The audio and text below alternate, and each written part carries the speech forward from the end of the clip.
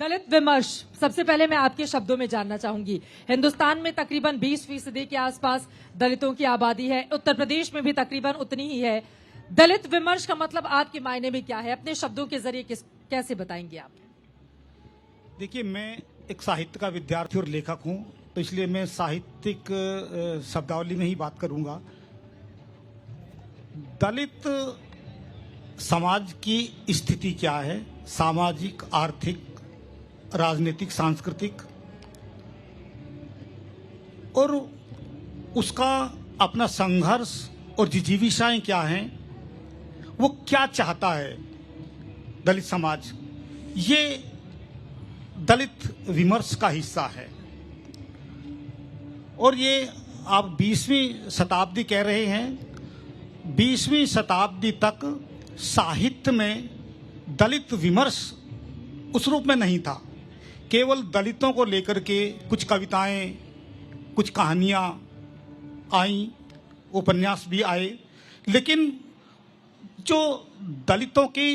जो एक उनकी जो अपनी जद्दोजहद है, जो उनका जो संघर्ष है, और वो जिस तरह का अभाव, जिस तरह के असमानता का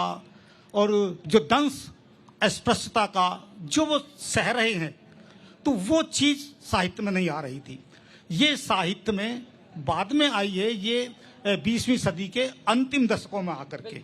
और बहुत उसमें जो अधिक तीव्रता आई है वो आई है 21वीं सदी में आकर के। और अब उसमें क्योंकि दलित समाज के लेखक वो अपने अनुभवों को, जो अपनी स्वानुभूतियां हैं उनको किस तरह का जीवन जीना पड़ता है, जैसा आपने अभी कहा, ऐसा देश के लगभग हर हिस्सों में दलितों को कई तरह की इस तरह की उत्पीड़न का शिकार होना पड़ता है, जातिगत अपमान का शिकार होना पड़ता है। आज भी वो चीज़ें 21वीं सदी में, जहां हम एक तरफ चांद पर पहुंच गए हैं, जहां एक तरफ हम हमारी इतनी सारी वैज्ञानिक उपलब्धियां हो गई हैं, हम एक विश्वगुरु बनने की ओर अग्रसर हैं कहते हैं, और ऐसे समय में जब जातिगत आधार पर दलितों के साथ ये भेदभाव और उत्पीड़न और इस तरह की चीजें होती हैं, तो ये एक राष्ट्र के लिए एक शर्म की बात होती है। बिल्कुल बिल्कुल, यकीनन ये हिंदुस्तान के लिए शर्म की बात है कि आज के दौर में भी जातिवाद को लेकर हिंदुस्तान, और देखिए आज जिस परिसर में इस वक्त हम कार्यक्रम कर रहे हैं, बाबा साहब भीमराव अंबेडकर को समर्पित सामाजिक अस्पृश्यता को कैसे खत्म किया जाए, उसको लेकर यकीनन जितने भी इस वक्त आप आसपास ये तमाम पत्थर जो मुस्कुराते हुए आपको नजर आ रहे होंगे,